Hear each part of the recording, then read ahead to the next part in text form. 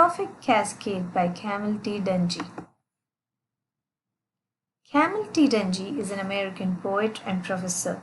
Dungy has written 4 books of poetry, including Trophic Cascade, Smith Blue, Suck on the Marrow, and What to Eat, What to Drink, What to Leave for Poison.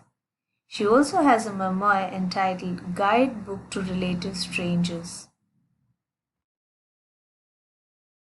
Now, what is Trophic Cascade?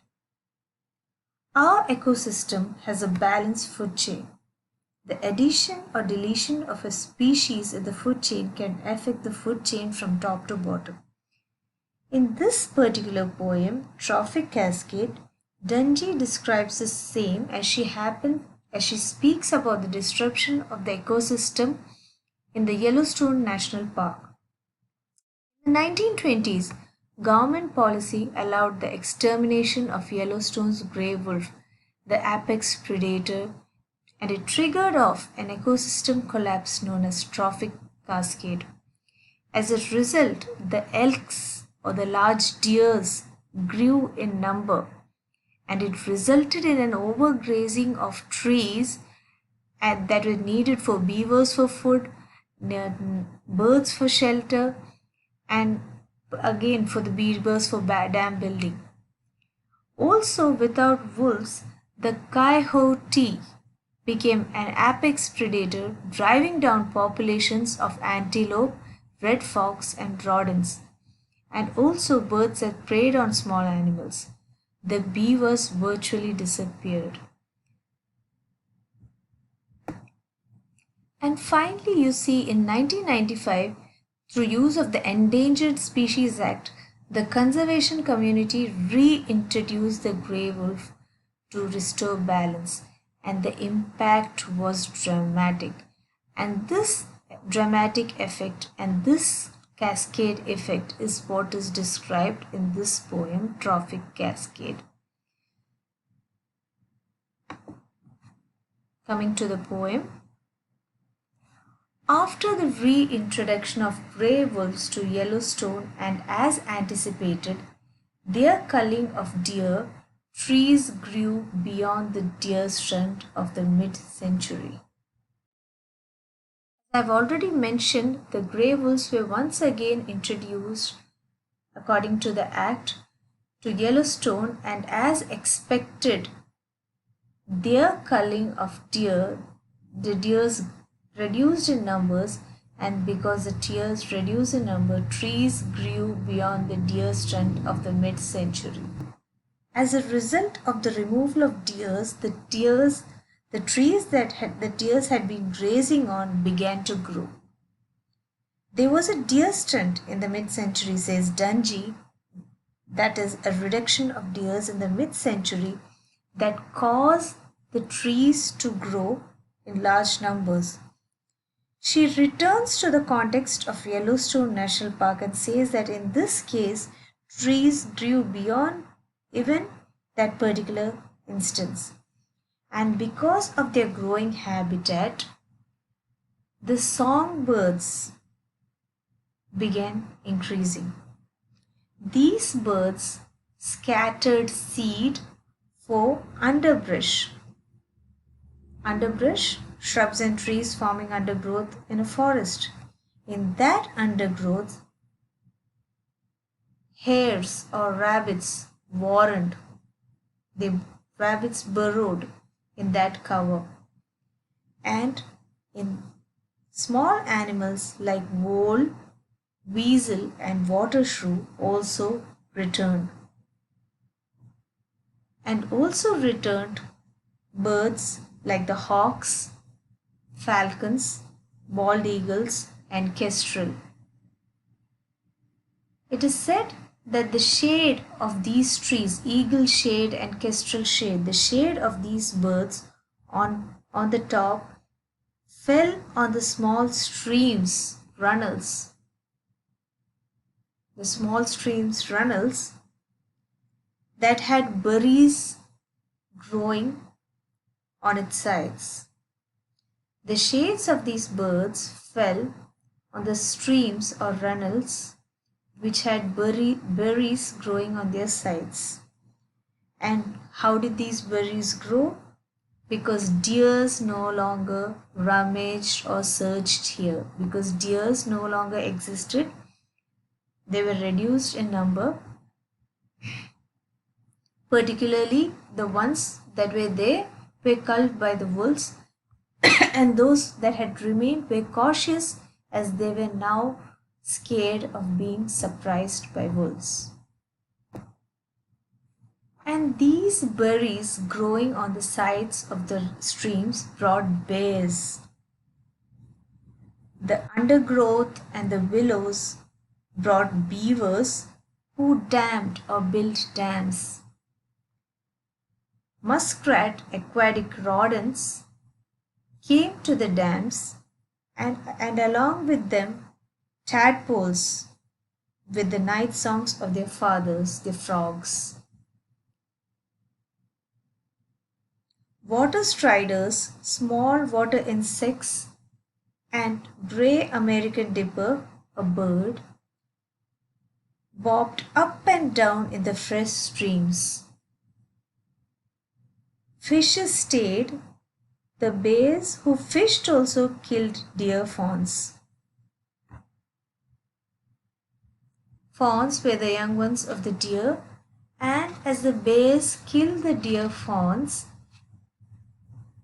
to consume or eat their remains, the remains of their deer fawns, to eat, and to their killed scraps, to eat the remains of these deer fawns, came scavengers like vulture and coyote that had long been not seen in the region until now. And they, with their animal droppings, scattered seeds all along. And as a result of these animals, in their excreta, scattering seeds, had more trees, brush, and berries growing up along the river. The river till now had run straight, but now it was so congested with the overgrowth on its sides, and therefore the river was forced to change its course. It was now dammed. It was now dammed and would overflow if it did not meander or change its course. So the river is forced to meander or change its course, otherwise it will be dammed, and because of the pressure, the river is more likely or prone to overflow or overrun. So in order for the river to flow properly, it has to adjust or keep changing its course. And suddenly, after this descriptive section, the poet suddenly takes a personal turn. The poet says that just like the addition or deletion of a species in the food chain, the exit or entry of a member in one family creates a huge impact on our lives. And she talks about her introducing herself to herself, this time as a mother. She says this whole story of this imbalance or balance caused in the ecosystem by the introduction of one member. All the variations, this cascade effect that runs on from top to bottom in the food chain because of the introduction or deletion of one member, this is the same as my own personal story. All this life born from one hungry animal, this whole new landscape, the course of the river changed. You see in this poem, as you know, as the grey wolf is reintroduced, the river itself has to change its course. She says, in the same way, I had reintroduced myself to myself, this time a mother. I had earlier adorned many roles, that of a daughter, that of a woman, and now this time I am reintroducing myself as a mother. After this addition of this new member in my family, nothing was ever the same. Like the ecosystem, like the river, this woman is also forced to change the course of her life and make adjustments according to the addition of this new mother. So the story of nature and the story of motherhood runs on a parallel. And the story of the birthing of the ecosystem and the birthing of a mother, or the baby rather, functions on a parallel plane. Let us look at some of the important features of the poem. You have the technique of enjambment. If you look at the poem, each line runs on to the next without any full stop or punctuation, and it shows the continuous course of life, nature and ecosystem. It refers to the flow of the river itself that functions as a microcosm of the ecosystem. So if you look at the river itself functions as a metaphor of the ecosystem that shows how the addition or deletion of a member affects the whole balance of the ecosystem. And then you have the descriptive part concerning nature and the reflective part concerning the mother, connecting both aspects, and it shows the analogy or the parallel between the two and unifies both the motives, both the ideas, that of nature and mother, to the unified aspect of mother nature. The rebirthing of the ecosystem is connected to the birthing of the mother. Mother, just like the complex phenomena of in the ecosystem, motherhood is also a complex phenomena that brings out a number of changes and variations as with the ecosystem. And these changes appear to be accommodating in nature and they largely go unnoticed. Both these changes associated with nature and mother are often taken for granted and cannot be overlooked. The lines of the poem, if you look at it, it represents concrete poetry as stylistically it presents the cascade and shows the momentum of the ecosystem. You can also see that the poem is both a nature poem and it is also a list poem, as it enumerates a number of things. And you also find that the flow of the lines, if you look at the poem, it mimics the meandering of the river that is forced to change its course.